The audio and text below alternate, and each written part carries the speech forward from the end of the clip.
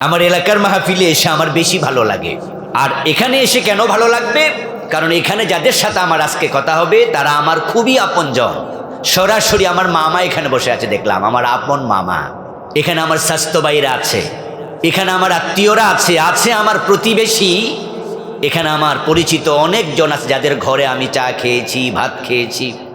তাই আমি আজকের মাহফিলে আমার আলোচনা বাদ মাগরিব, কিন্তু আমি আসছি আসরের আগে। এর মানে হলো আইসা একটু আড্ডা দেবো। তো এখানে এসে একরাম ভাইয়ের সাথে খেলাম, আসর থেকে গল্প গুজব করলাম, কারণ তারা আমার আপনজন। আর আপনজনদের সাথে কোরআনের কথা বলতে পারা, এটার মাঝে মজাই আলাদা। আলহামদুলিল্লাহ, আল্লাহর লাখো কোটি শুকরিয়া। এজন্য আমার 14 গ্রামের ভাইয়েরা নাঙ্গলকোটে ওয়াজ শুনতে গেছে, আমাকে লাকসামে বাধা দিতে পারে নাই। তার এলাকা 14 গ্রাম, এখানে সে বাধা দিছে, আমাকে এলাকা থেকে সরাইছে। আর আল্লাহর শাস্তি দেখেন, আল্লাহ তারে বাংলাদেশ থেকে সরাই দিছে। তাহলে তার থেকে শিক্ষা নিয়েন, আমারও শিক্ষা আপনারও শিক্ষা। কেউ জুলুম করুক, আমরা জুলুম করব না, বলেন ইনশাআল্লাহ। আমরা ভালো থাকতে চাই, আমরা জান্নাত চাই, আমরা ভালো মানুষের তালিকায় নিজের নাম ঢুকাতে চাই। তো আজকের এই প্রোগ্রামে যেহেতু ইনশাআল্লাহ আমার পরবর্তী প্রোগ্রামটা ক্যান্সেল, তার রিল্যাক্স। ইশারার নামাজের আজান হয় এখন 6:45, সম্ভবত 7টা, সোয়া 7টায় জামাত নাকি। তো আজকে আমি এই জন্য পরামর্শ করছি, নর্মালি এখানে 7:45-7টাতেই তো আজান হয়ে যায়, 7টায় আজান হয়। তো আমরা যদি আজকে আরো 15 মিনিট পরে আজান দিই, অসুবিধা নাই তো? আচ্ছা, তাহলে আপনাদের গ্রামে কি আর মসজিদ আছে? ওখানেও একটু বলে দেন, একটু ফোন দিয়ে যোগাযোগ করেন, তাহলে আজকে একটু 15-20 মিনিট পরে, আধা ঘন্টা পরে আজান হোক। কারণ মুসল্লিরা তো অলরেডি অনেকে চলে আসছে। তবে একটা প্রবলেম আছে ভবো, সেটা হচ্ছে জায়গা। পিছনে দেখেন একবারে লোকজন লাস্ট সীমানায় চলে গেছে, অথচ আপনাদের সামনে কিছু কিছু জায়গা আছে, 1 বিঘত, 4 আঙ্গুল, 8 আঙ্গুল, 10 আঙ্গুল। তা আপনারা যদি একটু হেসান করেন, যারা এখন আসবে তারা বসতে পারবে। আপনারা কি একটু দয়া করবেন, অন্যের উপরে হেসান করবেন প্লিজ। তা আপনারা একটু ফাঁকা জায়গা যা আছে সবটা ফিল আপ করেন। এবং আজকে যেহেতু আমরা মোটামুটি ফ্রি টাইম পাইছি, কিছু কথা বলি, কিছু কথা আমরা শুনি। কোরআন থেকে আলোচনা হবে ইনশাআল্লাহ, হাদিস থেকে আলোচনা হবে। আর আপনজন কাছের মানুষ, আমরা আমাদের কিছু অনুভূতি শেয়ার করতে চাই। আল্লাহর কাছে আমরা দোয়া করতে চাই, আল্লাহ আমাদেরকে একসাথে জান্নাতে যাওয়ার তৌফিক দাও, বলেন আমিন। আল্লাহর জান্নাত ছোট না বড়? তাহলে সেখানে জায়গার কোনো অভাব আছে? তা আমি নাস্ত কইয়া লাভ নাই, যে কবুল হয়ে গেলে না আমার জায়গা না পাই, এমন কোনো টেনশন নাই তো? টেনশন যেহেতু নাই, আমরা আল্লাহর কাছে চাই, আল্লাহ জান্নাতি চরিত্র আমাদের সকলকে দান করো, আবারও বলেন আমিন। আচ্ছা, সূরাত ইব্রাহিম প্রথম আয়াতে কারিমাতে আল্লাহ তাআলা বিশ্ব মানবতাকে যে মেসেজটা দিলেন, সে মেসেজ হচ্ছে কোরআন নাজিলের উদ্দেশ্য। আল্লাহ তাআলা কোরআন মাজিদ পৃথিবীতে কেন পাঠালেন? সূরা ইব্রাহিমের প্রথম আয়াতে আল্লাহ তাআলা এটাই বললেন। পৃথিবীতে কোরআন আসছে কেন, আমাদের জানার প্রয়োজন আছে কিনা? খুব দরকার। আমরা সকলেই জানি এ কোরআনের মতো দামি কোনো কিতাব পৃথিবীতে নাই, এ কোরআনের মতো নূর নির্ভুল কোনো কিতাব পৃথিবীতে নাই। এবং এই কোরআন এমন এক কিতাব যেটা শুধু নির্ভুল নয়, এটা অবিকৃত। সামর্থ্য পৃথিবীর কোনো মানুষের নেই। এক আশ্চর্য কিতাব হচ্ছে কোরআন। পৃথিবীতে আসমানি কিতাব যা এসেছে 104, তার মাঝে বড় বড় 4টি। কোরআন ছাড়া কোনো আসমানি কিতাব অবিকৃত নাই। তাওরাতকে তাওরাতের আলেমরাই বিকৃত করেছে, ইনজিলকে ইনজিলের আলেমরাই বিকৃত করেছে। কোরআন মাজিদ আল্লাহ তাআলা বলেছেন, ইউহাররিফুনাল কালিমা আম্মা ওয়াদিহি, তারা এই কিতাবকে তার স্থানে রাখে নাই, তারা বিকৃত করে ছেড়েছে। বিকৃত করার মানে কি? মানে হলো তারা তাওরাতের, ইনজিলের, আসমানি কিতাবের যে আইনগুলো কঠিন, ওই আলেমরা তারা ওই আইনগুলো আস্তে আস্তে করে কিতাব থেকে বাদ দিছে। আর এমন কিছু বিধান তারা ঢুকাইছে যেটা তাওরাত ইনজিলে ছিল না, যেটা ঢুকাইলে তাদের সুবিধা আছে, লাভ আছে। এইভাবে তারা আল্লাহর কিতাব, আসমানি কিতাবকে বিকৃত করে ফেলেছে। কিন্তু আলহামদুলিল্লাহ 1450 বছর প্রায় চলে গেল, আল্লাহর কালাম কোরআন এমন এক কিতাব, এটার একটা অক্ষর, একটা নোক্তাস পর্যন্ত বিকৃত হয় নাই। এবং এই কিতাবকে পৃথিবীর মানুষ বিকৃত করবে সেই ক্ষমতাও নাই, চাইলেও পারবে না। কেন? আল্লাহ নিজে বলছেন, ইন্না নাহনু নাযালনা যিকর ওয়া ইন্না লাহু লাহাফিজুন। এ কোরআন আমি নাজিল করেছি এবং এটাকে হেফাজতের দায়িত্ব আমি আল্লাহ নিজে নিয়েছি। সুবহানাল্লাহ পড়েন ভাইয়া। আল্লাহ বলে এটা হেফাজতের দায়িত্ব আমি নিয়েছি। এই কথা প্রমাণ করে আগের কিতাবগুলো আল্লাহ নাজিল করেছেন, কিন্তু হেফাজতের দায়িত্ব আল্লাহ নেন নাই। এই জন্য পৃথিবীতে বাইবেলের, ইনজিলের কোনো হাফেজ নাই, তাওরাতের কোনো হাফেজ নাই, অন্য আসমানি কিতাবের নাম নাই বললাম কারণ ত্রিপিটক আসমানি কিতাব কিনা এটা নিয়ে সন্দেহ আছে। মহাভারত, বেদ, উপনিষদ এগুলো আসমানি কিতাব কিনা এটা নিয়েও সন্দেহ আছে। যদিও কোনো কোনো মুফাসসির, কোনো আলেম সম্ভাব্যতা প্রকাশ করেছেন, কারণ বেদের মাঝেও নবী মুহাম্মাদের নাম আছে, আব্দুল্লাহ, মুহাম্মদং, শুনছেন না এরকম? কিছু কিছু আলেমরা বলে, এবং জাকির নায়েক তো বলে যে তোমরা যে মূর্তি পূজা করো, তোমাদের ভেদে কিন্তু মূর্তি পূজার কথা নাই, এক আল্লাহর কথা আছে। তাহলে বেদের মাঝে মুহাম্মাদের নাম আসলো কোত্থেকে? তাওরাতের মাঝে নবী মুহাম্মাদের নাম আছে না? ইনজিলে আছে না? ইয়েস, ঈসা নবী বলেছেন, ওয়া মুবাশশিরাম বিরাসূলিন ইয়াতি মিন বাদি ইসমুহু আহমদ ইযা ক্বালা ঈসা ইবনু মারইয়াম ইয়া বনি ইসরাঈল। নবী ঈসা বলেন, ও বনি ইসরাইলের লোকেরা, আমি তোমাদের কাছে আল্লাহর নবী, ও মুবাশশিরাম বিরাসূল, এবং আমি একজন নতুন রাসূল যিনি আমার পরে আসবে তার ব্যাপারে সুসংবাদ দিচ্ছি। তার নাম হবে আহমদ। আমাদের প্রিয় নবীর নাম মুহাম্মদ, আর একটা নাম হলো আহমদ।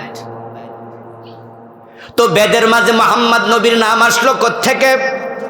এজন্য কোন ঐতিহাসিক মুফাসসির সম্ভাব্যতা প্রকাশ করেছেন, হতে পারে সেটা আসমানি কিতাব ছিল, কিন্তু আমরা নিশ্চিতভাবে বলতে পারবো না, যেহেতু এই কিতাবের নাম আল্লাহর কোরআনের মাঝে নাই। তবে ইনজিলের নাম কোরআনে আছে না নাই? ইনজিলের নাম কোরআনে আছে, কিন্তু ইনজিল আজকে অবিকৃত নয়, এবং আল্লাহ তাআলা এটাকে হেফাজতের দায়িত্ব নেন নাই। থাক হাসান ভাই, মানুষের দৃষ্টি আকর্ষণ হয়। ওকে জি, মনোযোগ এদিকে চলে যায়, আপনারা এখানে কোনো ইয়ে করবেন না।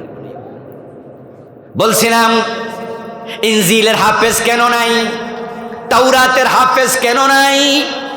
কারণ আল্লাহ তাআলা এটাকে হেফাজতের দায়িত্ব নেন নাই। কিন্তু আওয়াজ দিয়ে বলুন তো, পৃথিবীতে কোরআনের হাফেজ আছে না নাই? 2-4 জন না লাখ লাখ? তো তাওরাতের হাফেজ একজনও কেন নাই? আপনারা দেখবেন আমাদের দেশে যখন বিভিন্ন অনুষ্ঠান হয়, কিছু সরকারি অনুষ্ঠানের মাঝে তারা দেখা যায় যে ত্রিপিটক থেকে যারা বৌদ্ধ তিনি পাঠ করতেছে, এবং গীতা থেকে হিন্দু পাঠ করে, কোরআন থেকে একজন কারি সাহেব পাঠ করে। অধিকাংশ জায়গায় দেখবেন যখন অন্য অন্য ধর্মগ্রন্থ তিলাওয়াত হয় তখন তারা দেখে দেখে পড়ে, কিন্তু কোরআন যিনি পড়ে উনি দেখে পড়ে না, মুখস্থ পড়ে। অন্য ধর্মগ্রন্থের হাফেজ পৃথিবীতে নাই। অথচ আজকের পৃথিবীতে যারা মেধাবী, জ্ঞানী, গুণী, পণ্ডিত, আজকের পৃথিবীতে যত বড় বড় আবিষ্কার সবগুলো নন মুসলিমদের আবিষ্কার। যেমন আজকের মোবাইল আবিষ্কার করেছে কে? খবর নেন অমুসলিম। আজকের কম্পিউটার আবিষ্কার করেছে কে? খবর নেন অমুসলিম। মাইক আবিষ্কার করেছে কে? খবর নেন অমুসলিম। ঘড়ি আবিষ্কার করেছে কে? খবর নেন অমুসলিম। নাসার যে মহাকাশ বিজ্ঞানী, ওই নাসার মাঝে শতকরা 99.99% বিজ্ঞানী অমুসলিম। কেউ ইহুদি, কেউ খ্রিস্টান, কেউ নাস্তিক। তাহলে বোঝা গেল মেধাবী ওদের মাঝেও আছে, অনেক জ্ঞানী গুণী পণ্ডিত আছে। আজকের পৃথিবীতে গবেষণার ক্ষেত্রে সবচেয়ে বড় গবেষক যারা বিভিন্ন বিষয়ে, তাদেরকে পুরস্কৃত হয় পৃথিবীর সেরা পুরস্কারের নাম নোবেল প্রাইজ। ওই নোবেল যারা পায়, নোবেল লরিয়ট, তার মাঝে 99%-এর বেশি অমুসলিম। এত মেধাবী তাদের মাঝে, কিন্তু তাদের মাঝে তাদের ধর্মগ্রন্থের হাফেজ নাই। কেন? কারণ ওটা মুখস্থ করার সামর্থ্য আল্লাহ দেন নাই। কিন্তু কোরআন মুখস্থ করা 3 বছরের হাফেজ, 5 বছর বয়সে হাফেজ, 6 বছরে হাফেজ, এমনও আছে না নাই? মাত্র 28 দিনে 30 পারা মুখস্থ করছে, এমন ঘটনাও আছে। এটা কেমনে সম্ভব? ওই যে আল্লাহ বলছে হেফাজতের দায়িত্ব আমি নিলাম। কোরআন এমন এক কিতাব যেটাকে আল্লাহ তাআলা নিজে একবারে সহজ বানাইছে। ওয়ালাকাদ ইয়াসসারনাল কুরআনা লিযিকর হাল ফাহাল মিন মুদ্দাকির। একটি সূরার 3টি আয়াতে আল্লাহ পরপর বললেন আমি কোরআনকে বুঝার জন্য, শিখার জন্য, কোরআন অনুযায়ী আমল করার জন্য সহজ বানাইয়া দিছি। আপনাদের কারো কারো কাছে মনে হইতে পারে কয় কি বাসার সামনে কোরআন, বাসার কয় কি কোরআন সহজ? কোরআন সহজ হইলে আমরা যে পড়তেও পারি না, এটা আপনার গাফলতি। কিন্তু আল্লাহর কথা কখনো ভুল হয় না, আল্লাহর কথা কখনো সন্দেহ হয় না। আল্লাহ যা বলেন তা মিথ্যা না সত্য? সবাই বলেন, আওয়াজ দিয়া বলেন, মিথ্যা না সত্য? তো আল্লাহ 3 জায়গায় পরপর বলছে ওয়ালাকাদ ইয়াসসারনাল কুরআন, অবশ্যই আমি কোরআনকে সহজ করেছি।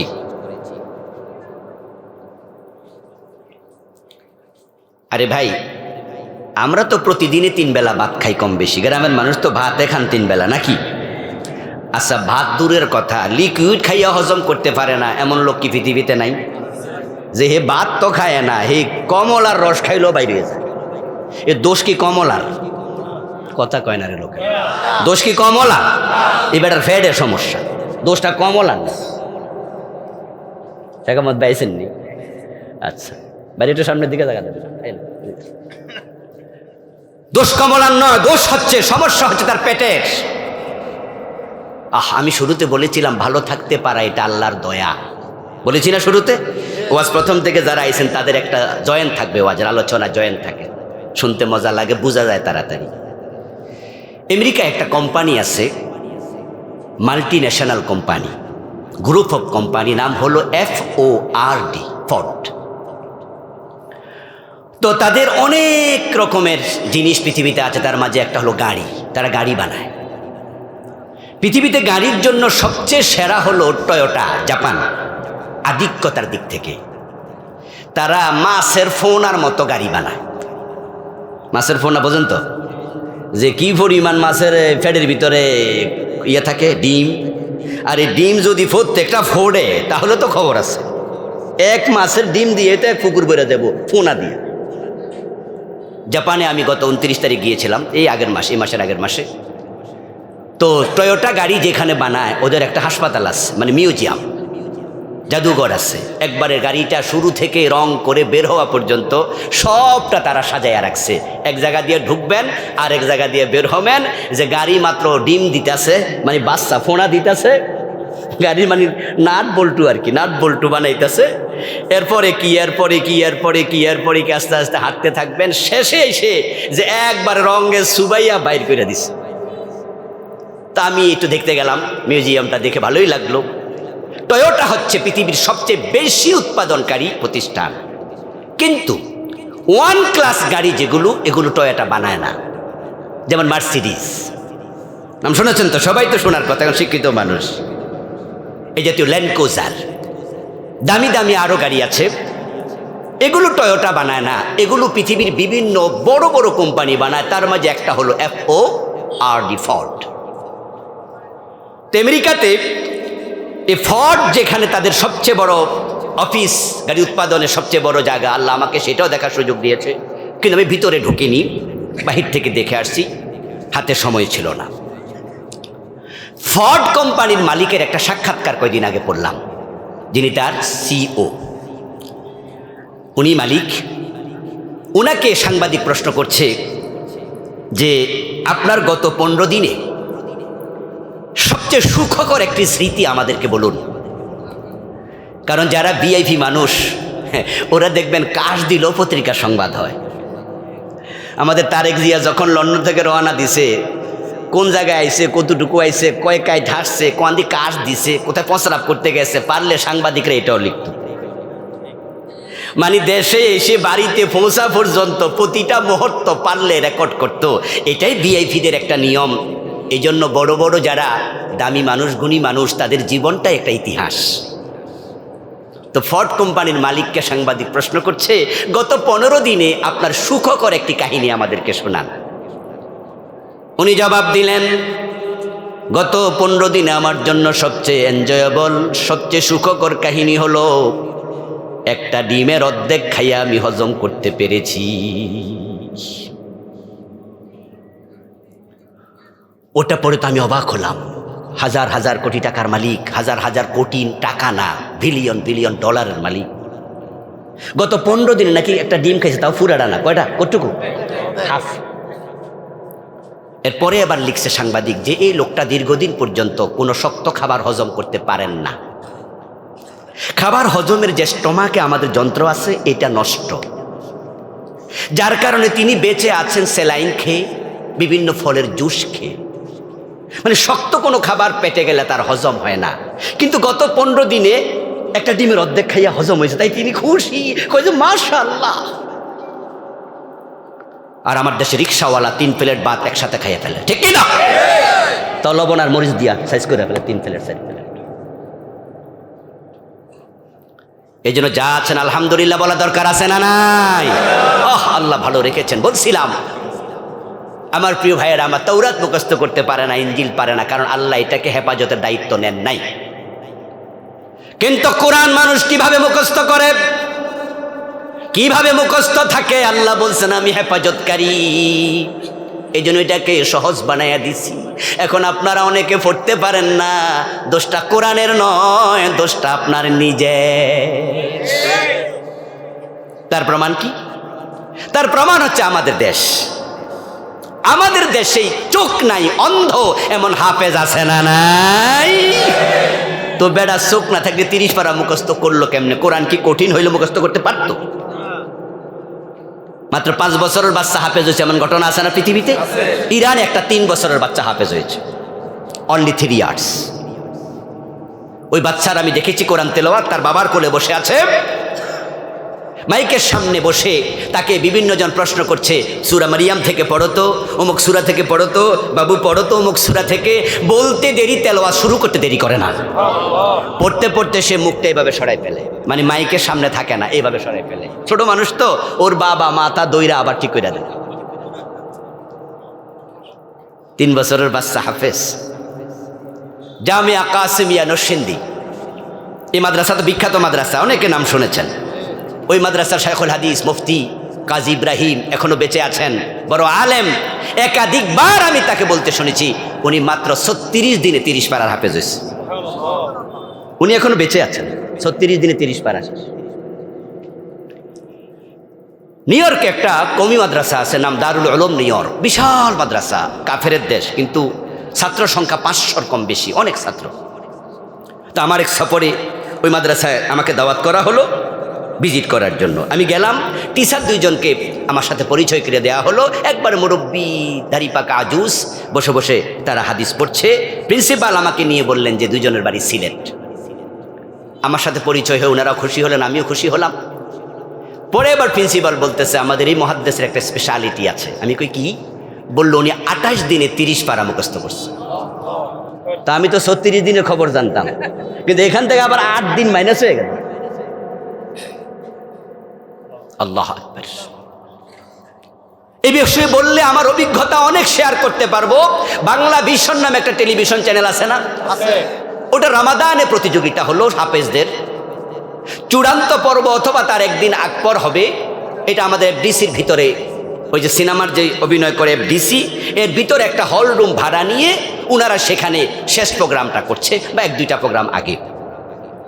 তা আমাকেও গেস্ট হিসাবে দাওয়াত দিল, বসলাম, কোরআন তেলাওয়াত হলো। আমরা হচ্ছাম মন্তব্যকারী, আমি তো হাফেজ না, যার কারণে বিচারক না, আমাদেরকে বলা হয় গেস্ট বিচারক। তেলাওয়াত শেষে যিনি অ্যাঙ্কর, উপস্থাপক বলল, মাননীয় বিচারকগণ আপনারা একটু বসবেন, একটু পরে উঠবেন প্লিজ। তা আমরা বসে থাকলাম। এর মাঝে একটা ছেলেকে তিনি ইনভাইট করলেন যে অমুক একটু আসো। ছেলেটা এসে দাঁড়ালো, ছোট্ট বাচ্চা। দাঁড়ানোর পর তাকে বলল, বাবু তোমার নাম কি?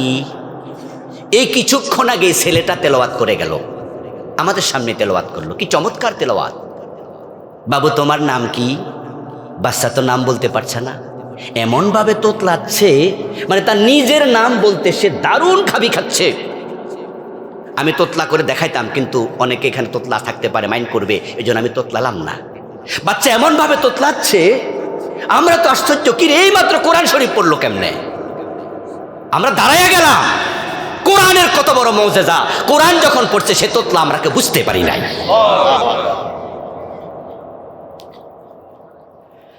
পৃথিবীর একমাত্র কিতাব যেটা কেউ বিকৃত করতে পারবে না, আল্লাহ হেফাজত কিভাবে করেন শুনুন।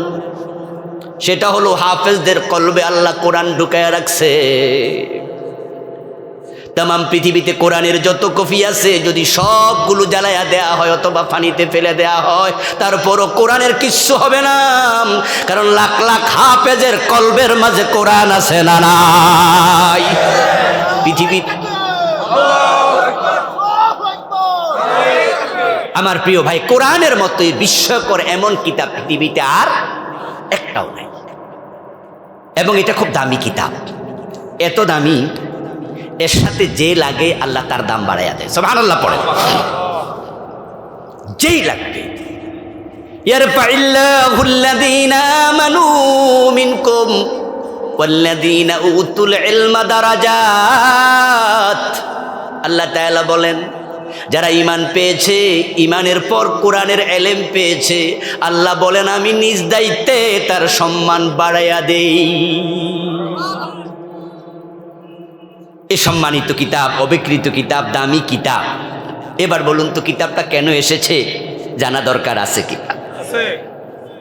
এই কিতাবটা আমাদের কিতাব। আমরা যারা মুসলিম, আমরা সকলে গর্বভরে পরিচয় দেই আমাদের ধর্মের নাম কি? প্লিজ কথা বলুন আমার সাথে, ধর্মের নাম কি? আমাদের ধর্মগ্রন্থের নাম কি? আল কোরআন। আমরা গর্বভরে পরিচয় দেই। তো কোরআন আল্লাহ কেন পাঠালেন, এটা আজকে অনেকেই জানে না। না জানার কারণেই এ কোরআনটা উপেক্ষিত। এটা আজকে সমাজে কাজে লাগানো হচ্ছে না। আচ্ছা, 2 টাকার 1 টাকার প্যারাসিটামল যখন কিনেন, তখনও আমরা কেন খাবো? এটা কেন খেতে হয় আমরা না যাই নাকি কেউ কোনোদিন খাইছি? আমার পকেটে একটি প্যারাসিটামল আছে, আমি এটা খুলে যদি আমি ভাইকে বলি যে ভাই খান, তখন উনি মুস্কি হাসি দিয়ে বলবো, হুজুর প্যারাসিটামল খামো কেন, আমার কি জ্বর উঠছে? খেয়াল করেন, উনি কিন্তু না বুঝে 1 টাকার ট্যাবলেটও খাবে না। কিন্তু এই দামি কিতাবটা আমরা হেফজ করছি, মুখস্থ করছি, তেলাওয়াত করছি, তাকে রাখছি। আল্লাহ কেন পাঠাইলো এটা অনেকে জানতেও চাইলাম না। না জানার কারণে রেজাল্ট কি হলো? রেজাল্ট হলো কোরআন আজকে সমাজের কোথাও পাওয়া যায় না। কথা ছিল কোরআন থাকবে সেখানে, মুসলিম থাকবে যেখানে। কথা ছিল কোরআন দিয়া আদালত চলবে, এ কোরআন দিয়া গণভবন চলবে, বঙ্গভবন চলবে, সচিবালয় চলবে। এ কোরআনের আলোকে রাষ্ট্র চলবে, সমাজ চলবে, দেশ চলবে, আমরা চলবো, পরিবার চলবে, ব্যক্তি চলবে। এ কোরআন আমাদের চালাবে, আমরা কোরআন মেনে চলবো, কোরআন সামনে চলবে, আমরা অনুসরণ করে করে পিছনে যাব। কিন্তু কোরআন কেন এসেছে না বুঝার কারণে এটাকে শুধু তেলাওয়াতের কিতাব বানায়া রেখে দিয়েছি। এখন আমরা পড়ে ভালো করে গিলাফে বেঁধে রেখে দিলাম, শেষ, দায়িত্ব শেষ, তেলাওয়াত পর্যন্ত কাজ শেষ। কেউ আমরা এটাকে তাবিজের কিতাবও বানাইছি, ঠিক না? হুজুর না না, শুধু তেলাওয়াত করি না, লেখা গলায় ঝুলাই। লিখে লিখে সূরা ইয়াসিন, সূরা ফাতিহা এখানে হাতের মাঝে ঝুলাইয়া রাখে, গলার মাঝে ঝুলাইয়া রাখে।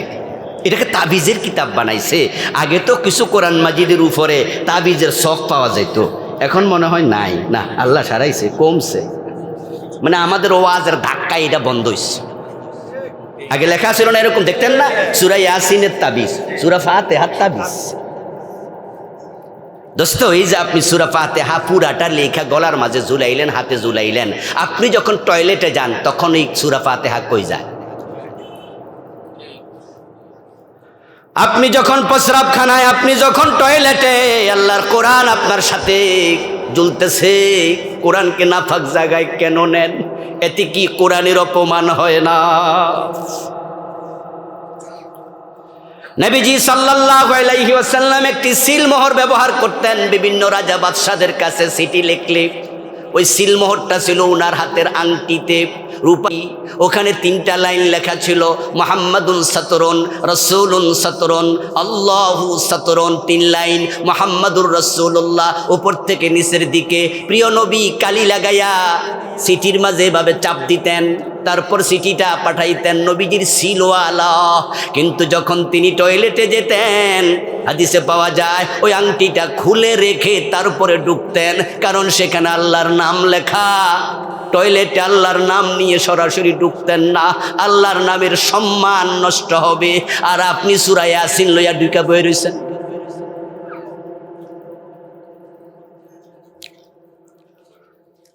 কেউ কেউ বলবেন যে হুজুর অসুবিধা কি, কোরআনের আয়াত না ঝুলাইছি, খারাপ কিছু তো ঝুলাই নাই। আমি বলবো দোস্ত, স্বামী যখন স্ত্রীর বিছানায় যায় তখন নাপাক হয়। আল্লাহর কোরআনকে অপমান কেন করছো? কোরআন তোমার সাথে কেন ঝুলছে? এখন এই কোরআনের কাছে আমরা যাচ্ছি তাবিজ লেখার জন্য, জিন তাড়ানোর জন্য, এটার জন্য সেটার জন্য, পড়ার জন্য, মুখস্থ করার জন্য। আরো আশ্চর্য হবেন এই জাতির ব্যবহার কোরআনের সাথে কেমন। যারা কোরআনের বড় বড় হাফেজ, বড় বড় কারি, মিশর থেকে, ইরান থেকে, পৃথিবীর বিভিন্ন দেশ থেকে এনে আমাদের কুমিল্লা শহরে কয়েকদিন আগে বিশাল কেরাত সম্মেলন হয়েছে, শুনছেননি? ঈদগাহে। ওই দিন আমার মাহফিলের দিকে কোথায় জানি ছিল, আমি যাওয়ার সময় দেখছি বিশাল সম্মেলন, জ্যাম লাগা রয়েছে রাতের বেলায়। যারা কোরআনের বড় কারি তাদেরকে আমরা পুরস্কার দেই, তাদেরকে আমরা সংবর্ধনা দেই, তেলাওয়াত শোনার জন্য বিদেশ থেকে আনি। আর যারা কোরআনের আসল ব্যাখ্যা করে ওই বড় বড় আলেমদেরকে ধরে ধরে জেলখানায় ঢুকাইয়া দেই। কোরআন তেলাওয়াতকারীকে পুরস্কার দেয় আর ব্যাখ্যাকারীকে জেল দেয়। আল্লামা সাইদি রহমতুল্লাহ আলাইহি শুধু তেলাওয়াত করলে কি জেলে দিত? বরং পাবলিক কইতো যে এত দারুণ তেলাওয়াত। সাইদি সাহেবের কণ্ঠ কি খারাপ ছিল তেলাওয়াতে? বাহ, কি মনোমুগ্ধকর কণ্ঠ। কিন্তু যখনই ব্যাখ্যা করে তখনই কয় মানুষটা বেশি। ও দোস্ত, কোরআন কেন এসেছে? না বুঝার কারণেই তো আজকে সমাজে কোরআন উপেক্ষিত। এখন কোরআন কেন আসলো? মুসলমানরা না জানলে জানবে কে? তাই প্রত্যেকটা মুসলমানকে কোরআন নাজিলের উদ্দেশ্য জানতেই হবে। এবার আমার সাথে আপনার একমত? কোরআন কেন আসছে জানা দরকার আছে। আল্লাহ নিজে জানাইছে তো, কোরআন তো এলেম, শিখেন। কিতাবুন আনজালনাহু ইলাইকা লিতুখরিজান নাস মিনাজ যুলুমাতি ইলান নূর। আল্লাহ বলেন, হে প্রিয় নবী, এই কিতাব আমি আপনার কাছে নাজিল করেছি।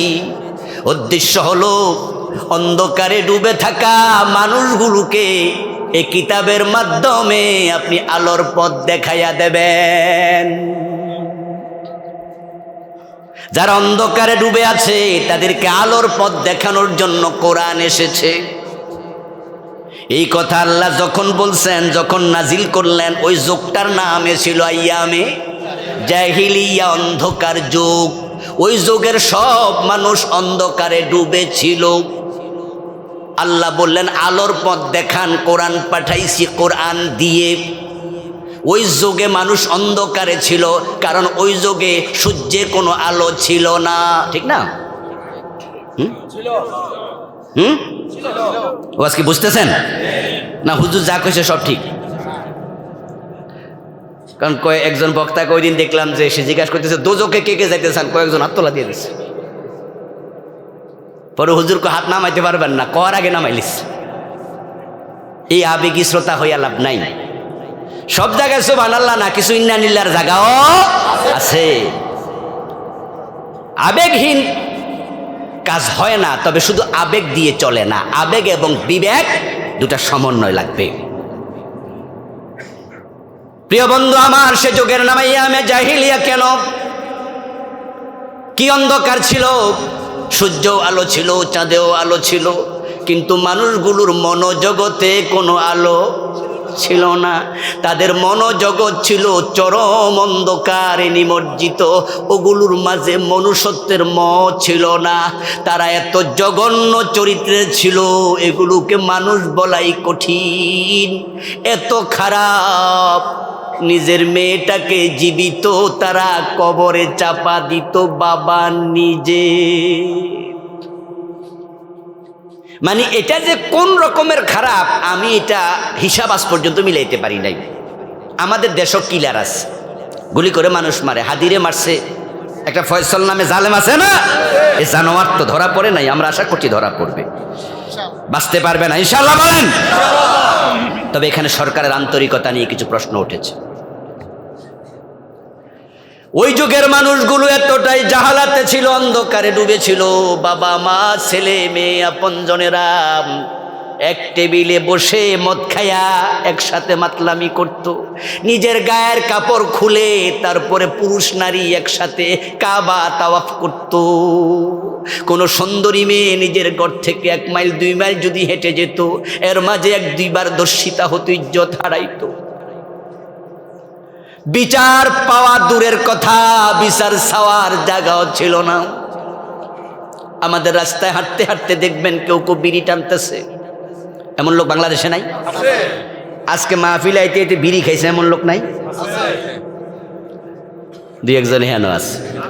আবার যাইতে যাইতে টানবো এমনও, বরং মাঝে মাঝে কইতেছে ওয়াজটা ছোট হয় না কেন, কারণ হেড টকে ধরছে। রাতের 12টা বাজে ঘুম থেকে ওইটা একটা খাইয়া তারপরে ঘুমায়, এমন লোক আছে। আচ্ছা, রাস্তায় যে বিড়ি টানতেছে তার বিরুদ্ধে মামলা দিলে, থানায় গেলে পুলিশ আইবনি দৌড় মাইরা, বরং আপনারও কইব পাগল হয়েছেন কবে। আপনি যদি বলেন ওসি সাহেব আমি আইসি দেখতেছি রাস্তায় মুন্সিরহাট বাজার খাড়াই একজন বিড়ি খায়, দৌড় মারেন, ওসি কব পাগলামি করেন কেন, আর বিচার পান না? এটা কি একটা বিচার দিলেন আপনি? ঠিক আরবের জাহিলিয়াতের যুগে দর্শিতা নারীর বিচারটা ছিল আরো হালকা, এটাকে তার অপরাধ মনে করত না। এত জাহেল, এত নিকৃষ্ট ছিল তারা। কোরআন সে যুগে এসেছে। একবার এক নারী এবং পুরুষ সরাসরি আল্লাহর কাবার ভিতরে ঢুকে জেনা লিপ্ত হলো। ওদের কাছে এটা অপরাধ না, ওরা এত খারাপ। মেয়েটার নাম ছিল নায়েলা, ছেলেটার নাম ছিল ইয়াসাফ। তারা যখন ইয়াসাফ নায়েলা কাবার ভিতরে ঢুকে জেনা করছে, আল্লাহর সহ্য করলেন না, দুটার লাশকে আল্লাহ বিকৃত করে দিলেন, সাথে সাথে দুটাকে আল্লাহ পাথর বানাইয়া দিলেন। অপরাধের কারণে বানর বানাইছে, এমন ঘটনা কি কোরআনে আছে না? কোন কেরাদাতান খাসিন, বান্দর হয়ে যাও, বান্দর। অপরাধের কারণে আল্লাহ শুকর বানাইছে, এমন ঘটনাও আছে। আর ইয়াসাফ নায়েলাকে বানিয়ে দিয়েছে এই জারা, পাথর। সকালবেলা লোকজন যখন কাবার চত্বরে গেল, আজকের মতো কাবা শরীফের এই জাতীয় বিল্ডিংও ছিল না, দরজাও এত সুন্দর ছিল না। তখন আল্লাহর ঘর জাহিলিয়াতের যুগে যা থাকার ছিল, হয়তো দরজাও ভালো করে ছিল না। উকি দিয়ে দেখে একটা নারী একটা পুরুষ তারা একসাথে শুয়ে আছে, তাকিয়ে দেখে তারা জেনায় লিপ্ত। ঠিক এই অবস্থায় দুজন পাথর হয়ে গেছে, ধরে দেখে শক্ত। তাদের যে কাবার ভিতরে বাহিরে মূর্তি ছিল 360টা, লাত, মানাত, উজ্জা, হুবল, এই মূর্তিগুলো ছিল পাথরের মূর্তি। আর এই দুইটাও হয়েছে কি পাথর। ওরা কয় কি বরকতের ব্যাপার, নাউজুবিল্লাহ পড়েন, কি ব্যাপার? কয় যে পাথর হয়েছে তো মূর্তি হয়েছে, দেবতা হইয়া গেছে। এই জেনা ব্যভিচার করে নাকি দেবতা হয়েছে। ওই জাহেলগুলো দুটাকে ছুটাইলো, খুললো, আলাদা করলো, করে ইয়াসাবকে নিয়ে গেল সাফায়, নায়েলাকে নিয়ে গেল মারওয়ায়।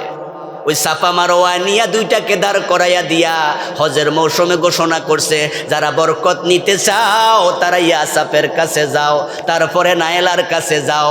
আজকে যে আমরা সাফা মারওয়া সাই করি, আমরা করি বিবি হাজেরার কারণে, আর জাহেলরা হজের মৌসুমে ইয়াসাফ আর নায়েলার বরকতের জন্য দৌড়াদৌড়ি করত। ভাবেন এবার জাহেল কারে কয়? শুধু ইজ্জত লুটে নিত না, সুন্দরীর বুকের কোলের সন্তান কেড়ে নিয়ে যেত। ওই ছোট বাচ্চাকে বাজারে দাস বানাইয়া বিক্রি করত। হাতের স্বর্ণ, গলার স্বর্ণ, অলংকার নিয়ে যেত। ইজ্জতের নিরাপত্তা নাই, সম্পদের নিরাপত্তা নাই, জীবনের নিরাপত্তা নাই, কোলের শিশুর নিরাপত্তা নাই। এই হলো জাহিলিয়া। আমার রাসূলের বয়স হলো 17 বছর বয়সে তাগড়া যুবক মুহাম্মদ ইবনে আব্দুল্লাহ ডানে বামে সামনে পিছনে তাকায়া দেখে সমাজের মানুষগুলো মানুষ নাই, এগুলো বড় অমানুষ। তখন তিনি সংস্কারের জন্য দাঁড়ায়া গেলেন, সমবয়সী যুবকদেরকে ডাকলেন, মুরব্বীদেরকেও সাথে নিলেন, সমাজ পরিবর্তনের জন্য একটা সংগঠন বানালেন, নাম দিলেন হিলফুল ফুজুল। নবীজির বয়স 17। এবার বলুন তো, জাহিলিয়াতের কিছু সিটাফোটা আমাদের গায়ে আছে কিনা? আমরা একটু হিসাব মিলাই। জাহিলিয়াতে ধর্ষণ ছিল, খুন ছিল। বাংলাদেশে ধর্ষণ আছে না নাই? খুন আছে না নাই? ওখানে মাদক ছিল, বাংলাদেশে মদ ইয়াবা আছে না নাই? ওখানে জুলুম অন্যায় ছিল, বাংলাদেশে জুলুম আছে না নাই? ওখানে চুরি ডাকাতি ছিল, বাংলাদেশে চুরি ডাকাতি আছে না নাই? ওখানে অশান্তি অনিরাপত্তা ছিল, বাংলাদেশে নিরাপত্তা আছে না অনিরাপত্তা?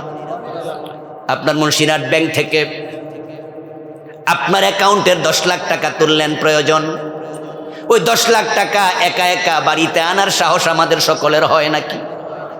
আমরা সাথে একজনকে নেই, 10 লাখ টাকা তুলবে, সাথে একজন লও, তবে কানে কানে হেরেও কই টাকা যে আছে কেউ যেন না বোঝে। আর দুইজনে রিক্সায় উঠে একসাথে পড়ি লা ইলাহা ইল্লা আনতা সুবহানাকা, দোয়া ইউনুস পড়তে পড়তে বাড়িতে আসি। কোথায় কে খারায়া যায় কোয়া যায় না। এই হলো অনিরাপত্তার বাংলাদেশ। ওই জাহিলিয়াতের সাথে কিছু মিল আছে। আমার রাসূল জাহিলিয়াত দূর করার জন্য দাঁড়ায় গেলেন 17 বছর বয়সে। এখন যারা বাংলাদেশের যুবক, আমি বলি মাথা তুলে দাঁড়াও, এ বাংলাদেশও পরিবর্তন করা লাগবে। দরকার আছে?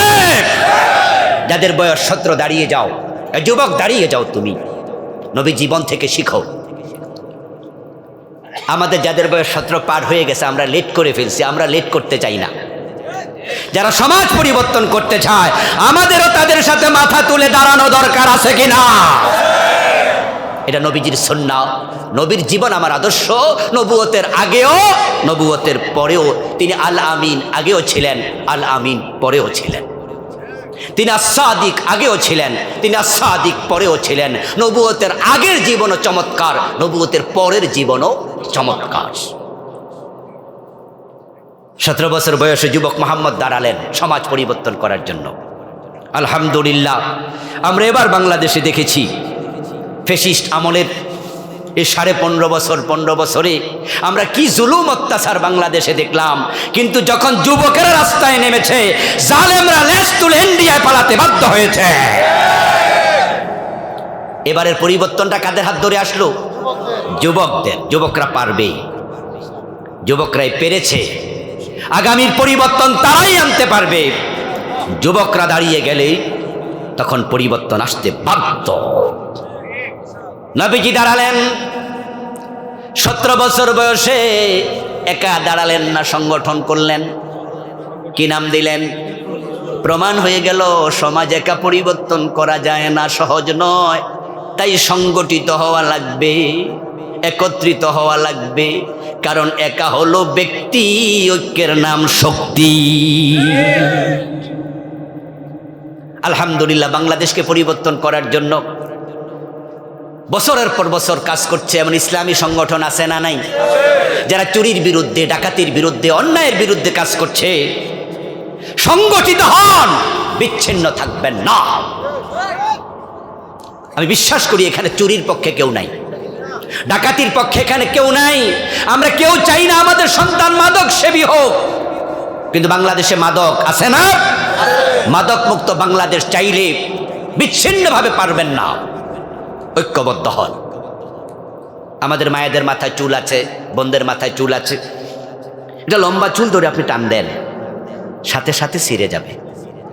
কিন্তু 10টা চুল ধরে টান দেন একসাথে, দেখবেন যে আঙ্গুলে দাগ পড়ে যাবে অথবা আঙ্গুল কেটে যাবে, চুল আর ছিঁড়বে না। আমরা যখন ঐক্যবদ্ধ হয়ে যাব, মাদক, অন্যায়, সন্ত্রাস, চাঁদাবাজি এদেশ থেকে পালাতে বাধ্য হবে। নবীজি দাঁড়ালেন, হিলফুল ফুজুল হয়ে গেল, দাওয়াত দিতে দিতে নবীজির বয়স হয়ে গেল 40। কত বছর? 23 বছর চলে গেল। 40 জীবনের গুরুত্বপূর্ণ সময়, এবং এই 40 কেন জানি আল্লাহর কাছে বড় দামি শব্দ। এটা বড় সিগনিফিক্যান্ট পূর্ণ সংখ্যা, রহস্যাবৃত সংখ্যা। নবী ইউনূস মাছের পেটে 40 দিন, ইব্রাহিম আলাইহিস সালাম আগুনের ভিতরে নমরুদের ছিলেন 40 দিন, হযরত মূসা আলাইহিস সালাম তাওরাত আনতে গিয়ে তুর পাহাড়েও ছিলেন 40 দিন। অধিকাংশ নবী নবুয়ত পেয়েছে বয়স তখন 40। আমার রাসূলের বয়সও হলো 40। তিনি পিছনে ফিরে তাকালেন, হিসাব মিলাইয়া দেখি কতটুকু পরিবর্তন হয়েছে। মানুষকে তো হিলফুল ফুজুলের মাধ্যমে বলেছি চুরি করো না, ডাকাতি করো না, চিন্তায় করো না, মেয়েদেরকে জীবিত কবর দিও না, কিন্তু পিছনে ফিরে দেখেন যে সেই পরিচিত কোনো চোর চুরি ছাড়েনি, কোনো ডাকাত ডাকাতিও ছাড়েনি। কি করা যায়? আমার রাসূল তো 23 বছর চেষ্টা করলেন, এবার তিনি ভাবনায় পড়ে গেলেন। গভীর চিন্তার জন্য তিনি ঘর থেকে বেরিয়ে গেলেন। নির্জন স্থান দরকার, চলে গেলেন জাবালে নূর নামক পাহাড়, তার একবারে চূড়া একটি গুহা আছে, নাম গারে হেরা। নবীজি সাল্লাল্লাহু আলাইহি ওয়াসাল্লাম গারে হেরায় গিয়ে তিনি ধ্যানমগ্ন হলেন, তিনি চিন্তায় লিপ্ত হলেন। চেষ্টা তো করলাম, পরিবর্তন কেন আসে না? এখান থেকে আমাদের শিক্ষা কি? এখান থেকে আমাদের জন্য শিক্ষণীয় আছে। তাবলীগের ভাই, পীর সাহেবের মুরিদ, এই মসজিদে জুমার মুসল্লি, আপনার জন্য আমার জন্য কি শিক্ষা? বাংলাদেশের বয়স 54 বছর পার হয়ে 55তে পা রেখেছে। তাবলীগের কাজ 55 বছর ধরে চলছে, কিন্তু দেশের সুদ কমেছে? আওয়াজ দেন, সুদ কমেছে? সুদের বিরুদ্ধে ওয়াজ করতে করতে আমার সে বড় হুজুররা মরে গেছে। সুদ কি মারা গেছেন আরো জওয়ান হয়েছে? মাদক কমেছে না বেড়েছে? তো পীর সাহেবদের দাওয়াত তো 40 বছর 54 বছর না, আরো আগ থেকে চলেছে, মাদক কমেনি। 3.5 লাখ মসজিদ থেকে জুমার খুতবা হয়েছে, এদেশে ঘোষ কমেনি। এই মাহফিলের সিজনে 6 মাস কত হাজার হাজার বক্তার বক্তৃতা চলছে, এখানে বেপর্দা বেহায়াপনা কমেনি। সিনেমা কমেছে না বেড়েছে? আগে সিনেমা ছিল হলে, আর এখন সিনেমা আছে যুবকদের পকেটে পকেটে। তাহলে আমাদেরকেও ধ্যানে বসা দরকার। তাবলীগের দাওয়াত হলো, ফজরে নামাজি বলল না, সালাম ফিরিয়ে দেখবেন এক কাতার আধা কাতার, মুসল্লি কোথায়? সুদ বাড়ল, ঘুষ বাড়ল। তাবলীগের দাওয়াত হলো, পীর সাহেবের তালিম হলো, বক্তাদের মাহফিল হলো, 3.5 লাখ মসজিদের খুতবা হলো। অন্যায় যেহেতু কমে নাই, জুলুম যেহেতু কমে নাই, তাই ইসলাম ওয়ালা সব মানুষকে নবী মুহাম্মদের মতো নতুন করে ধ্যান করা দরকার, চিন্তায় বসা দরকার যে কেন পরিবর্তন হচ্ছে না, কেন পরিবর্তন হচ্ছে না। আমার রাসূল ধ্যানে বসলেন, ধ্যান চলাকালে জিবরিল আমিন হাজির। জিবরিল আলাইহিস সালাম এসে প্রিয় নবীকে 3 বার ওনার বুকের সাথে জড়ায়া ধরলেন, জড়ায়া ধরে ছেড়ে দিয়ে 3য়বারে নাজিল করলেন কোরআনের সূরা আলাকের প্রথম 5 আয়াত, ইকরা বিসমি রাব্বিকাল্লাযী খালাক, পড়ো তোমার রবের নামে। সুবহানাল্লাহ পড়েন। কোরআন আসলো, রাসূল চিন্তা করছেন, আল্লাহ কোরআন পাঠালেন। চিন্তার মাঝে বরকত আছে, চিন্তার মাঝে কি আছে? বরকত আছে। ভাবো ভাবো ভাবো, দেখবেন যে কিছু কিছু হাসপাতালে ডাক্তাররা যখন কোনো রোগীর চিকিৎসা করলেও কাজ হয় না, তখন তারা মেডিকেল বোর্ড বসায়। শিক্ষিত ভাইরা এগুলো জানেন যে মেডিকেল বোর্ড বসায়, অর্থাৎ ওই ডাক্তার তার মতো অথবা তার চেয়ে আরও মেধাবী ডাক্তারদেরকে ডেকে তারা মেডিকেল বোর্ড বসায় যে কেন তার রোগটা সারছে না। এখন আমরা আলেম ওলামারা যারা আমরা ইসলামের পক্ষের লোক, আপনি পীর সাহেবের মুরিদ, আপনিও ইসলাম চান, আমি পীর সাহেবের মুরিদ না, আমিও ইসলাম চাই, আমি তাবলীগ, আপনি তাবলীগ না, আমি অমুক দল, আপনি অমুক দল, এখানে ভিন্নতা আছে, কিন্তু ইসলাম চাওয়ার ব্যাপারে কোনো ভিন্নতা আছে? তাহলে আমরা কেন চিন্তায় বসবো না? চিন্তায় বসেন, কাজ হবে, বরকত আল্লাহ দেবে। জিবরিল আমিন এসে গেলেন, কোরআন নাজিল হলো, নবীজির পরিচয় এখন পরিবর্তন হয়ে গেল। ওনার আগে পরিচয় ছিল মুহাম্মদ ইবনে আব্দুল্লাহ, এখন পরিচয় হলো মুহাম্মাদুর রাসূলুল্লাহ। কোরআন আসার পর এখন থেকে তিনি বলে আমি আল্লাহর রাসূল। নবীজি সাল্লাল্লাহু আলাইহি ওয়াসাল্লামের কাছে কোরআন এসে গেল, নবীজি আবার দাওয়াত দিতে শুরু করলেন। তবে এবার দাওয়াতটার মন মতো নয়, নিজের চিন্তা মতো নয়, এখন তিনি কোরআন নিয়ে এবার দাঁড়ায়া গেলেন। প্রথম ওহী আসার পর কিছুদিন চলে গেল, ওহী নাজিল বন্ধ। এটার নাম ফাতরাতুল ওহী, ওহীর বিরতির যুগ। সেটা 2 মাস, 13 মাস, 3 মাস, 4 মাস, কোনো কোনো ঐতিহাসিক বলেছেন 2 বছর 6 মাস, 2.5 বছর। তবে এটাও গ্রহণযোগ্য। কিন্তু কিছুদিনের বিরতি ছিল। আমার রাসূল ঘরের মাঝে শুয়ে আছেন কম্বল গায়ে দিয়ে। দ্বিতীয় ওহী আসলো, সূরাতুল মুদ্দাসসিরের প্রথম আয়াতগুলো, এটা দ্বিতীয় ওহী। প্রথম ওহী সূরা আলাক, দ্বিতীয় ওহী সূরা আল মুদ্দাসসির। আল্লাহ তাআলা যেখানে প্রিয় নবীকে ডাকছেন, ইয়া আইয়ুহাল মুদ্দাসসির কুম ফানজির ওয়া রাব্বাকা ফাকাব্বির, আমার রাসূল কম্বল গায়ে দিয়ে শোয়া। আল্লাহ জিবরিলকে পাঠায়া বলে, ও কম্বলওয়ালা দাঁড়ায়া যাও, ও কম্বলওয়ালা। এটা বড় আদরের ডাক, বড় আদরের ডাক। হযরত ফাতেমার সাথে আলী রাদিয়াল্লাহু তাআলা আনহুর কিছু কথা কাটাকাটি হলো। স্বামী স্ত্রীর মাঝে হালকা কথা কাটাকাটি আমাদেরও হয়, আপনাদেরও। হযরত আলীর সাথে ফাতেমার সামান্য কথা কাটাকাটি হলো। আলী রাদিয়াল্লাহু তাআলা আনহু ঘর থেকে রাগ করে বেরিয়ে গেলেন। বেরিয়ে গিয়ে তিনি কোথায় জানেন না, নবীজি ঢুকেছেন ফাতেমার ঘরে, ঢুকে বলে, ফাতেমা আলী কোথায়? হযরত ফাতেমা তো জাহরা বলে, ইয়া রাসূলুল্লাহ, আব্বাজান আমার সাথে একটু হালকা কথা কাটাকাটি হয়েছে, তাই আলী ঘর থেকে বের হয়ে কোথায় জানি চলে গেছে। নবীজি বলেন, যাবে আর কই, খুঁজে দেখি। যাইয়া দেখে মসজিদে নববীর মাঝে মাটির মাঝে আলী শুইয়া ঘুমাইয়া গেছে। মসজিদে নববীতে হযরত আলী বিছনা ছাড়াই শুয়ে রয়েছে মাটির মাঝে।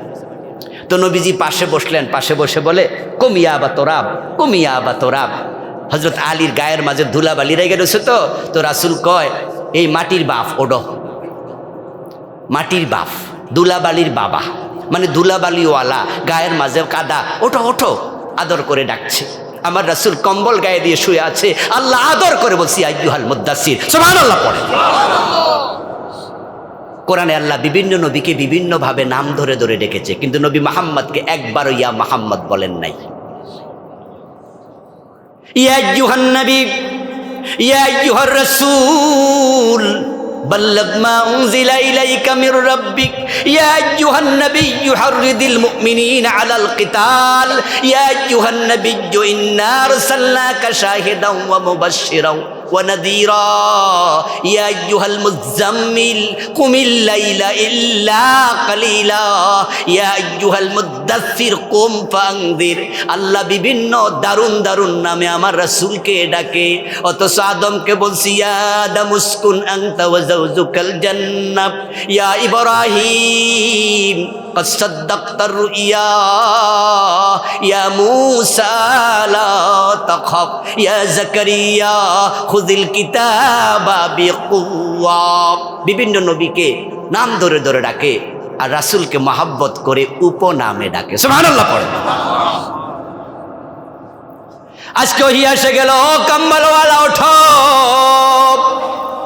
মানুষকে জাহান্নামের ব্যাপারে সতর্ক করো। ওয়া রাব্বাকা ফাকাব্বির, তোমার আল্লাহর বড়ত্ব ঘোষণা করো, তাকবীর দাও, তাকবীর, আল্লাহু আকবার বলে ঘোষণা করো। আল্লাহু আকবার বলা এটা নবুয়তের লক্ষণ, আল্লাহু আকবার বলা এটা ইমানদারের লক্ষণ। তাই যারা মুনাফিক তারা নারে তাকবীর আল্লাহু আকবার সহ্য করতে পারে না।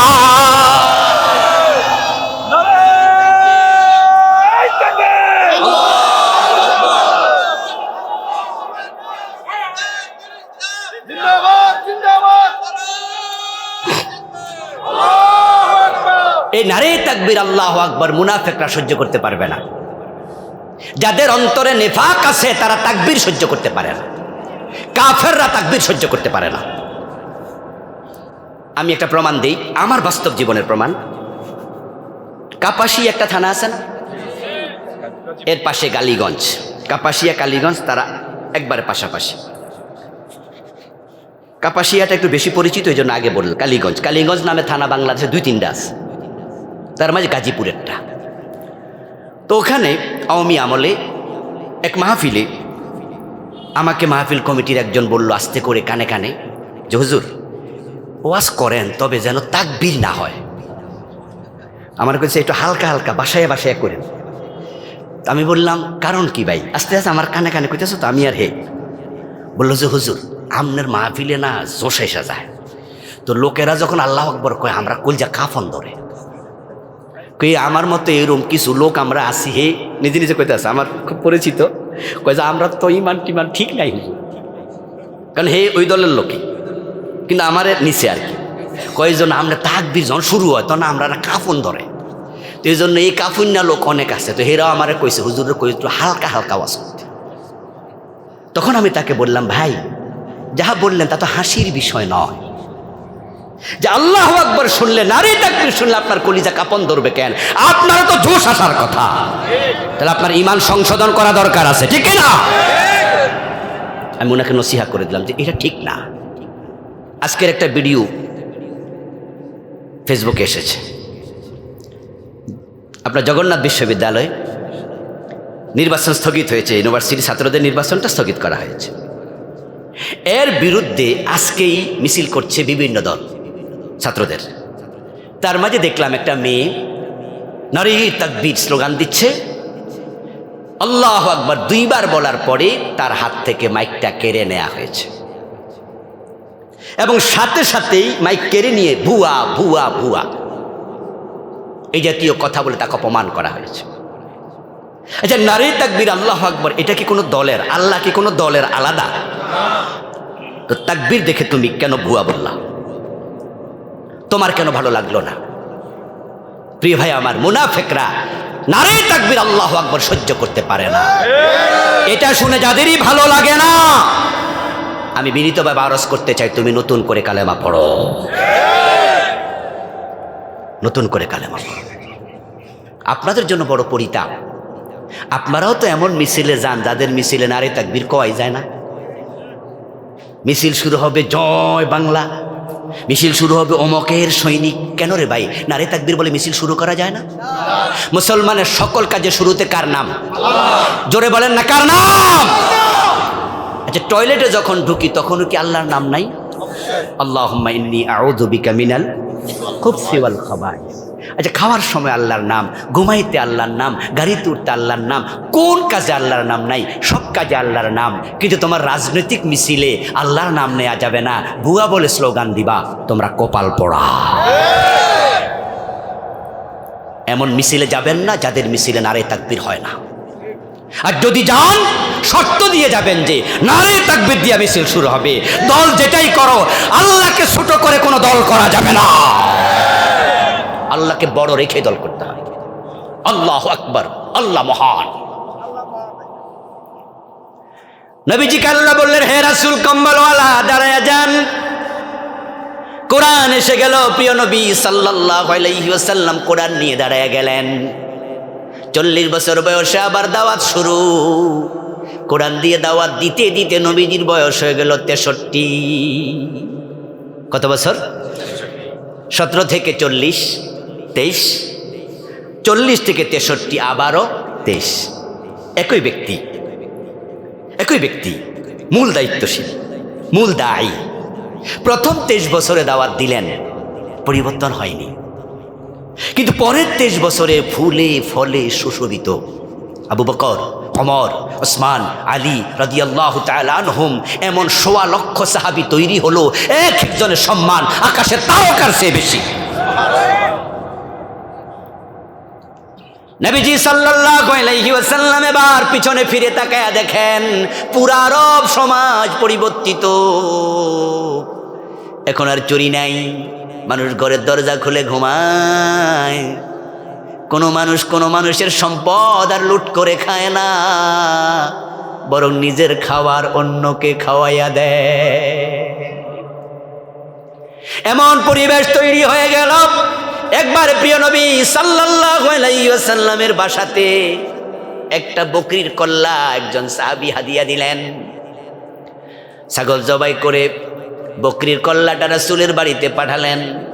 নবীজি সাল্লাল্লাহু আলাইহি ওয়াসাল্লামের ঘরে সেদিন খাবার ছিল, তাই তিনি তার স্ত্রীদেরকে বললেন, তোমাদের সবার ঘরে যেহেতু খাবার আছে, এই কল্লাটা কেউ রান্না করা দরকার নাই, আমাদের প্রতিবেশী কারো বাড়িতে হাদিয়া দিয়ে দাও, খোঁজ নেও কার বাড়িতে খাবার নাই। তখন হাদিয়া দেয়া হলো। বিকালবেলায় দেখা গেল সে কল্লা আবার রাসূলের ঘরে। নবীজি কোন স্ত্রীকে বললেন, কি খবর? বলেছিলাম তো হাদিয়া দিতে। তখন বলল, হুজুর হাদিয়া দিয়েছি সে জোহরের সময়, কিন্তু বিকাল হতে হতে কেমনে জানি আবার আপনার ঘরে এটা এসেছে। পরে খবর নিয়ে জানা গেল এই কল্লা 7 ঘরে গেছে। প্রত্যেকে ভেবেছে হয়তো আমার সে তার প্রয়োজন বেশি, নিজে না রান্না করে প্রতিবেশীকে হাদিয়া দিছে। এভাবে আবার রাসূল পর্যন্ত চলে এসেছে। ইয়ারমুকের যুদ্ধে 7 জন শহীদ হয়েছে, শুধু পানি পানি বলে শহীদ হয়েছে। আহত যোদ্ধা পানি পানি বলে আওয়াজ করে, সাকিয়ে মা, যিনি পানি পান করাবেন, তিনি দৌড়াইয়া গেলেন। এর মাঝে এক যোদ্ধার আওয়াজ, পানি পানি।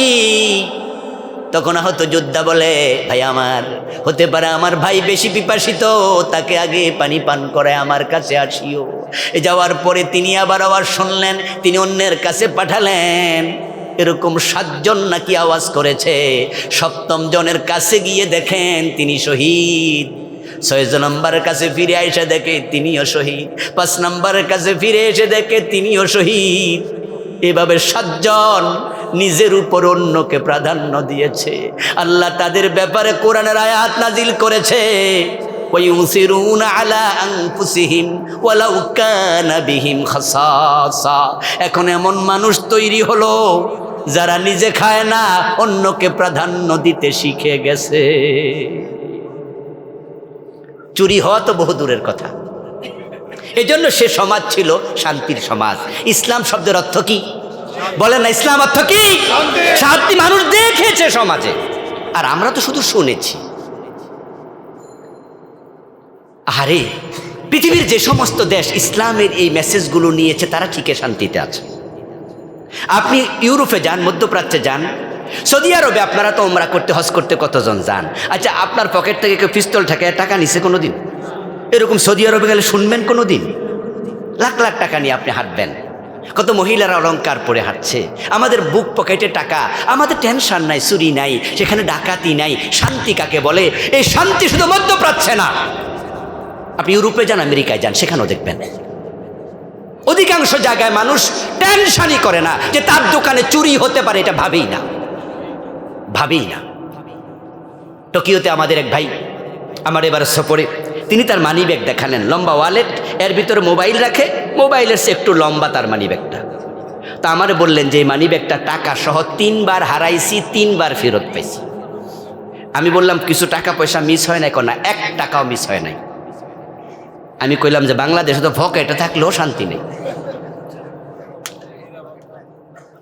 আহা, ইসলাম সে তো পরশমানিক, তারেকে পেয়েছে খুঁজি, পরশে তাহার সোনা হলো যারা, তাদেরই মোরা বুঝি। আল্লামা ইকবাল রাহেমাহুল্লাহ বিলেত সফর করে এসে বলেছিলেন, যে আমি বিলেত ইসলাম পেয়েছি, মুসলিম পাই নাই, কিন্তু ভারত উপমহাদেশে মুসলিম পাই কিন্তু ইসলাম পাই না। নাম আব্দুল্লাহ হয়তো গাঁজা খায়, নাম আব্দুর রহমান পকেট মাইর, নামের মাঝে মুসলমান, বাস্তব জীবন ইসলাম নাই, ঠিক না? নবীজির জীবনে তিনি জীবদ্দশা ইসলাম পুরা দেখে এবার ইন্তেকালের আগে কি বললেন জানেন?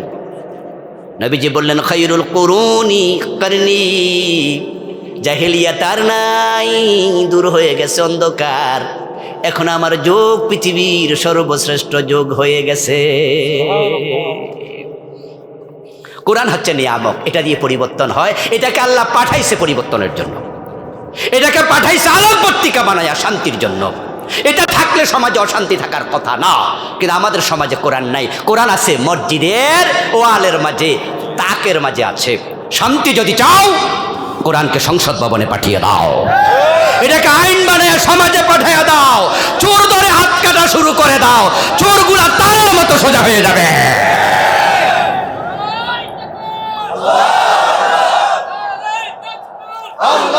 আমার প্রিয় ভাই, নবীজি সাল্লাল্লাহু আলাইহি ওয়াসাল্লাম, নবীজি সাল্লাল্লাহু আলাইহি ওয়াসাল্লাম 23 বছর কাজ করে পুরা পরিবর্তন করে ফেললেন।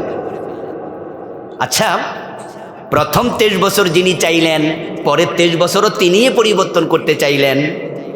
পরিবর্তন প্রথম দিকে না হওয়ার কারণ, প্রথম দিকে কোরআন নাজিল, নিজেরা বলেন না, কোরআন ছিল, আর পরের 23 বছর কোরআন ছিল। এখন বঙ্গবন্ধু বাংলাদেশ কেন পরিবর্তন করতে পারেন নাই? কারণ তিনি কোরআন দিয়ে দেশ চালান নাই। অথচ ওনার আন্তরিকতা কিন্তু ছিল।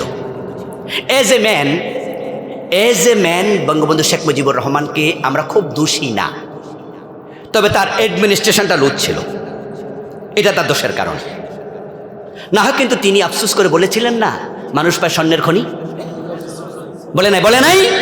তাহলে বোঝা গেল চোরদের উপরে তিনি কিছুটা বিরক্ত ছিলেন। এবং তিনি আফসোস করে বলেছিলেন যে আমার ডানে চোর, বামে চোর, সামনে চোর, পিছনে চোর। এই মন্ত্রী, 7.5 কোটি মানুষ, 7.5 কোটি কম্বল আসলো, আমারটা কই? বলেননি? আপনারা মুরব্বীরা তো আমাদেরকে শোনান। উনি বলেছিলেন, তিনি সোনার বাংলা গড়ার জন্যই আসলেই তিনি চেয়েছিলেন, কিন্তু পারেননি। এদেশের মানুষগুলো অনেকেই ভালো নয়, ব্যবসা করতে গেলে ওজনে কম দেয়, মালে ভেজাল দেয়, চুরি করে, ডাকাতি করে, ঘুষ খায়। কিন্তু আফসোস হচ্ছে তিনি শক্ত হাতে যদি নিয়ন্ত্রণ করতেন, ডক্টর কামালকে সংবিধান বানানোর দায়িত্ব না দিয়া যদি আল্লাহর কোরআনের আইন ঢুকায় দিতেন সংবিধানে, উনি চোর ধরে হাত যদি নিজে কাটতেন, সোনার বাংলা নিজে দেখে মরতে পারতেন। তিনি কোরআন দিয়ে চালান নাই, বরং 72-তে ডক্টর কামালকে দিয়ে যে সংবিধান লিখালেন, বড় পরিতাপের কথা হলো এই সংবিধান লিখছে ডক্টর কামাল 34 জনকে সাথে নিচ্ছে। সে ছিল চিফ অফ দ্যাম, তাদের প্রধান। এই 34 জন মিলে সংবিধান লিখলো, কিন্তু সংবিধানের শুরুতে বিসমিল্লাহটা পর্যন্ত লেখে নাই। মানে কত হতছাড়া, কত হতভাগা, পুরা কোরআন মানবে দূরের কথা, বিসমিল্লাহ নাই। বঙ্গবন্ধু চেয়েছে সোনার বাংলা, শান্তির বাংলা দিতে পারে নাই, কারণ তিনি কোরআন দিয়ে দেশ চালান নাই। এবার আসেন তারপর জিয়াউর রহমান সাহেবের কাছে, তিনি সৎ মানুষ, তা নিয়ে তার দুশ্মনরাও আপত্তি তোলে না। জিয়াউর রহমান ভালো মানুষ ছিলেন এবং সংবিধানের শুরুতে তিনি বিসমিল্লাহ ঢুকাইছেন, কিন্তু তিনি কি কোরআন দিয়ে দেশ চালাইছে? তিনিও চোরমুক্ত, ডাকাত মুক্ত বাংলাদেশ করতে পারেন নাই। কোরআন ছাড়া পারে না রে দোস্ত, নবী মুহাম্মদ কোরআন ছাড়া 23 বছরে পারে নাই, কোরআন দিয়া পরে পারছে। এরশাদ 9 বছরে পারেনি। খালেদা জিয়া আজকে মারা গেল, যিনি তিনবারের প্রধানমন্ত্রী ছিলেন, তিনিও ভালো মানুষ ছিলেন। আমরা তার জন্য দোয়া করি, আল্লাহ তার জীবনের সবগুলা গুনাহ মাফ করে দাও। তিনি কোরআন প্রেমিক, ইসলাম প্রেমিক ছিলেন, আলেম বান্ধব ছিলেন। যদিও তিনি পর্দা করতেন না, এটা তার ব্যক্তিগত ব্যাপার। তিনি ইসলাম দিয়ে দেশ চালান না, এটাও তার ব্যক্তিগত ব্যাপার। তবে আমার জীবনে আমি ইসলামের বিরুদ্ধে তাকে কোনো কথা বলতে আমি শুনি নাই, বরং আলেমদেরকে সাথে নিয়ে চলতেন, ঠিক না? উনার সময় তো ইসলামী দলগুলো কাছাকাছি, উনার কাছাকাছি ছিল। আল্লাহ তার কবরকে তুমি জান্নাতের বাগান বানাইয়া দাও। তার ব্যাপারে আমাদের অভিযোগ নাই, তাকেও আমরা ভালো জানছি, কিন্তু তিনি সোনার বাংলা উপহার দিতে পারেন নাই, বরং দুর্নীতিতে বারবার চ্যাম্পিয়ন হয়েছে তার সময়, ঠিক কি না? কারণ তিনিও কোরআন দিয়ে চালান নাই, আর শেখ হাসিনার কথা কইয়া তো লাভে নাই, কারণ দেশটা তলাবিহীন ঝুরি হয়ে গেছে। শুধুমাত্র এস আলম গ্রুপ ইসলামী ব্যাংকের 18টা শাখা থেকে গত 15 বছরের টাকা বিদেশে পাচার করেছে 80,000 কোটি। বাংলাদেশ থেকে টাকা বিদেশে পাচার হয়েছে গত 15 বছরে 28 লক্ষ কোটি। 5টা ব্যাংক অলরেডি দেউলিয়া, জানেন তো? 5টা ব্যাংক কোনো টাকা দিতে পারছে না। এবং আমি একজন শিক্ষক, এমপিওভুক্ত, সরকারি বেতন পাই। আমাদের যারা একটু সিনিয়র 5 বছর 7 বছর আগে রিটায়ারমেন্টে গেছে, ওনাদেরকে দেখি ওনারা খুব খুশি। আমার প্রিন্সিপাল সাহেব রিটায়ারমেন্টে গেছে, উনি টাকা পাইয়া হজে গেছে, ওনার বউ নিয়ে উমরা করতে পারছে, উনি বাড়ির কাজ করছে। কিন্তু এখন যারা অবসরে যায় তারা কেউ টাকা পায় না, কারণ ফান্ড নাকি খালি। 8,000 কোটি টাকা শিক্ষকদের ফান্ড থেকে নাকি নিয়ে গেছে। ব্যাংক টাকা দিতে পারে না। ইসলামী ব্যাংক দেউলিয়া হতে বসেছিল। ওরা দেশের টাকা চুরি করে কানাডায় বেগম পাড়া বানায়, ওরাও দেশকে শেষ করে দিয়েছে। কেউ পারেনি ভালো বানাতে, কেমনে পারবে? কোরআন নাই তো। এবার আপনারা বলুন, নবী মুহাম্মদ যদি কোরআন দিয়ে পরিবর্তন করে, বাংলাদেশ পরিবর্তন যারা চান সবাই মিলে আল্লাহর কোরআনের কাছে যাওয়া দরকার আছে না? না,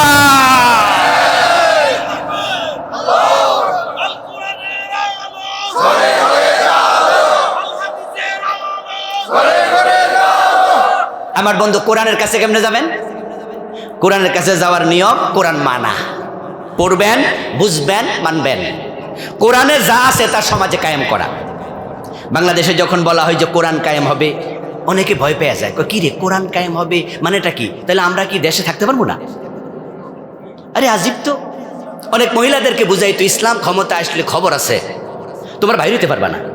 আচ্ছা, ইসলাম কি চাপাইয়া দেওয়ার জিনিস? এটা জোর করার জিনিস? অনেকে শুনে কয় যে আরে বাবা হাত কেটে দিব চুরি করলে। আমি বলি দোস্ত, হাত তোমার কাটবে না, চোরের কাটবে, তো তোমার টেনশন কেন? আর শুরুতে তো ইসলাম হাত কাটবে না, এসে আগে জাকাত ভিত্তিক অর্থ ব্যবস্থা চালু করবে, গরিবের বাড়িতে তার হক মুছিয়ে দেয়া হবে, দারিদ্রতা থাকবে না। ওমরের দিকে তাকায়া দেখেন, হযরত ওমর অর্ধ দুনিয়ার সম্রাট, আটার বস্তা কাঁধে নিয়ে গরিবের বাতে রাতের বেলায় চলে যায় নাই? গরিব খুঁজে খুঁজে তাদের ঘরে পৌঁছানো হতো তার হক। যখন দারিদ্রতা থাকবে না, চুরিও থাকবে না, এরপরও যারা অভ্যাসগতভাবে চুরি করবে, অভাবে নয় স্বভাবে, তাদের হাত কাটা দরকার আছে না নাই? কোরআন কায়েম হওয়া মানে কোরআনের বিধান কায়েম হওয়া। দুর্নীতিমুক্ত হলেই দেশ আগায় যাবে, তরতর করে আগাবে, তরতর করে আগাবে। মালয়েশিয়া গরিব দেশ না ধনী দেশ? যারা জানেন তারা জবাব দেন। ধনী দেশ। মালয়েশিয়া গেছেন? এখানে কেউ আছেন? আছেন অনেকে। আমিও গিয়েছি 5-7 বছর আগে, 4 দিন ছিলাম কুয়ালালামপুরে। মালয়েশিয়া আমাদের মাত্র 8 বছর আগে স্বাধীন হলো। আমরা হলাম 71-এ, তারা হচ্ছে 63-তে, তারা 63-তে হয়। তাদের দেশের আবহাওয়া বাংলাদেশের সাথে মিলে যায়, সিমিলার। এবং মজার খবর কি জানেন? তাদের দেশে আমাদের মতো খনিজ পদার্থ কম, কিন্তু ওরা এতটা আগাইলো কেমনে? তাদের দেশে কুয়ালালামপুর নেমেই একটা বিশাল বিল্ডিং দেখলাম, টুইন টাওয়ার। ওটার নিচে গিয়ে টুপি হাতে নিয়ে তারপর মাথা তুলে তাকালাম, কত উঁচু! 50 তলা বিল্ডিং যে কয়টা বানাইছে মালয়েশিয়াতে, হিসাব করে কুলাতে পারবেন না। তারা আমাদের 8 বছরের সিনিয়র হয়ে এত বড় বিল্ডিং বানায়, এত উন্নত করে। আর আমার দেশে পর্যন্ত 50 তলা বিল্ডিং কয়টা হয়েছে? একটাও হয়নি। আর 40 তলাও তো হয় না। তারা আগালো, আমরা কেন পিছিয়ে থাকলাম? আমরা কেন তলাবিহীন ঝুরি? আমাদের ব্যাংকে কেন টাকা নাই? একটাই কারণ, তারা মাহাতির মোহাম্মদকে পেয়েছে, দুর্নীতি করে নাই। আর আমরা পেয়েছি চোর, বাটপার, ডাকাত নেতা। ও নেতাদের কারণ দেশটা গরিব হয়ে আছে। We need change the leadership. নেতৃত্ব পাল্টাও। ইমামের ওযু ভেঙে গেলে মুসল্লির নামাজ থাকেনি আর। তো নেতা যদি খারাপ হয় মুসল্লি আর লেতা কর্মী আর সোজা থাকতে পারবে না। এই জন্য ইমামের নামাজ ছুটে গেছে, ইমামকে আরেকজনকে দাঁড় করাতে হবে যার অজু আছে, অজু ভাঙলে সেখানে থাকবে না। এই অসৎ নেতা সরাইয়া দাও, সৎ নেতা বসাইয়া দাও, চাঁদাবাজি থাকবে না, দুর্নীতি থাকবে না, এটাই কোরআন। বিচার হবে যথাযথ, তখন অবিচার জুলুমও থাকবে না। আর এটা তখনই সম্ভব যখন কোরআন সমাজে প্রতিষ্ঠিত হবে। প্রথম কাজ কোরআন পড়ুন, দ্বিতীয় কাজ কোরআন বুঝুন, তৃতীয় কাজ কোরআন মানুন। শেষ, যারা কোরআন পড়তে পারেন না সিদ্ধান্ত নেন যে কোরআন আপনাকে পড়িতেই হবে। যে কোরআন না শিখে মরবেন, ভয় আছে, ভয় আছে, হতে পারে আল্লাহ আপনাকে অন্ধ বানিয়ে হাসরের ময়দানে তুলবে। আল্লাহর কাছে ক্ষমা চান। ওয়া নাহশুরুহু ইয়াওমাল কিয়ামাতি আ'মা, আল্লাহ বলেছে যারা আমার কোরআন থেকে মুখ ফিরাবে আমি অন্ধ বানিয়ে তুলব। কোরআন শুধু পড়বেন, বুঝবেন না। আল্লাহ কোরআনে বলছে যারা তাওরাত বহন করলো, তাওরাতে কি বলেছি বোঝে নাই, কামাসালিল হেমার, তারা গাধা, ইয়াহমিলু আসফারা, সে পিঠের মাঝে লবণের বোঝা, চিনির বোঝা বয়, কিন্তু চিনি কি মিষ্টি না টক সে জানে না। কোরআন পড়লো, কোরআন বুঝলো না, তারা গাধার মতো। এটা গালি, এটা তিরস্কার। এই জন্য আমরা বুঝতে চাই কোরআন যারা পড়তে পারেন প্রতিদিন 5টি আয়াত অর্থ করবেন, তারপরের কাজ কোরআন মানবেন। কোরআনের কিছু আয়াত আছে ব্যক্তিগতভাবে মানা যায়, কিছু আছে রাষ্ট্রীয়ভাবে মানতে হয়। আলহামদুলিল্লাহ আমরা চাচ্ছি এবার রাষ্ট্রীয়ভাবে বাংলাদেশে কোরআন কায়েম করতে। আমরা আশাবাদী হতে পারে আগামীর সংসদে কোরআনের সংসদ হয়ে যাবে। মর্নিং সজদা ডে, ইংরেজি প্রবাদ প্রত্যুষ দিবসের প্রতিচ্ছবি। বাংলাদেশে বড় বড় 4টা বিশ্ববিদ্যালয় ইতিমধ্যে নির্বাচন হয়ে গেছে। কল্পনাতীত ইসলামের পক্ষে জোয়ার উঠেছে, যেটা আমরা কেউ ভাবি নাই। যারা পরাজিত হয়েছে তারাও ভাবে নাই এতটা জোয়ার উঠবে। প্রমাণ হয়ে গেল জুলাই বিপ্লবের পর এদেশের চিন্তার জগতে পরিবর্তন এসেছে। যুবক যুবতী ছাত্র ছাত্রী বুঝিয়ে দিয়েছে তারা ইসলামের পক্ষে এসেছে। আমরা যদি মাথা তুলে দাঁড়াই, ইসলাম ঠেকানোর ক্ষমতা কারোই থাকবে না। এই জোয়ারে এবার সামিল হওয়া দরকার। যারা 54 বছর আমাদেরকে দেখিয়েছে বিভিন্নভাবে দেশ চালাইয়া দুর্নীতিমুক্ত দেশ উপহার দিতে পারিনি, একটাবার ইসলামকে দেখা দরকার। একবার দেখুন না, একবার দেখুন। আর আমরা বিশ্বাস করি কোরআনের আইন দেখার পর মানুষের অন্তর প্রশান্ত হয়ে যাবে ইনশাআল্লাহ। হ্যাঁ, আপনি ফুটন্ত গোলাপ দেখেছেন তো, কি সুন্দর। চোখের সামনে নিলে অন্তর জুড়িয়ে যায়, নাকের কাছে নিলে মৌম গন্ধে হৃদয় জুড়িয়ে যায়, চাপ দিলে আতর বের হয়। কিন্তু গোলাপ যদি কলিতে থাকে দেখতেও সুন্দর নয়, গন্ধ ভালো নয়, চাপ দিলেও আতর বের হয় না। কোরআন মসজিদে আছে, মাদ্রাসে আছে, সমাজে দেখো না, তাই শান্তিও দেখতে পান না। কিন্তু কোরআন সমাজে দেখলে অন্তর জুড়িয়ে যাবে। এই যে এতক্ষণ ওয়াজ করলাম, নির্দিষ্ট কোনো দলের ওয়াজ করছি? কোনো দলকে ভোট দেন বলেছি আল্লাহর কোরআনের পক্ষে। কোরআন কোনো দলের না, কোরআন আমার, কোরআন আপনার। এই জন্য আপনার ইবাদত যেন হয় সব জায়গায়। বিয়ে ইবাদত, ঘুমানো ইবাদত। কোরআন সুন্নাহ মেনে টয়লেটে যাও, বাম পা দিয়ে ঢোকো, ডান পা দিয়ে বের হও, নির্দিষ্ট দোয়া পড়ো, টয়লেটের 5 মিনিটও ইবাদত। আবার কোরআন মেনে রাজনীতি করো, রাজনীতিও ইবাদত। এই জন্য কোরআনের জন্য একমত হয়ে যান। চিন্তার ভিন্নতা আছে, থাকবেই। কেউ আমি জোরে বলে বলুক, কেউ আস্তে বলে বলুক, কেউ হাত বুকে বাঁধে বাঁধুক, কেউ নিচে বাঁধে বাঁধুক, নামাজ তো পড়ে, ঠিক কি না? আরে আমার কথা তো বেনামাজির সাথে হবে, আমার দুশ্মন তো নামাজি হবে না। যে আমিনটা জোরে বলে, যে আস্তে বলে, নামাজে তো বলে নাকি, এ তো ভালো মানুষ, নামাজি মানুষ। চিন্তার ভিন্নতা থাকবে। আপনি কিয়াম করেন, আমি কিয়াম করি না। আপনি জোরে আমিন বলেন, আমি আস্তে বলি, চিন্তার ভিন্নতা থাকবে। একটাই স্লোগান এবার হোক সারা বাংলাদেশে, মাসলাক যার যার, ইসলাম সবার।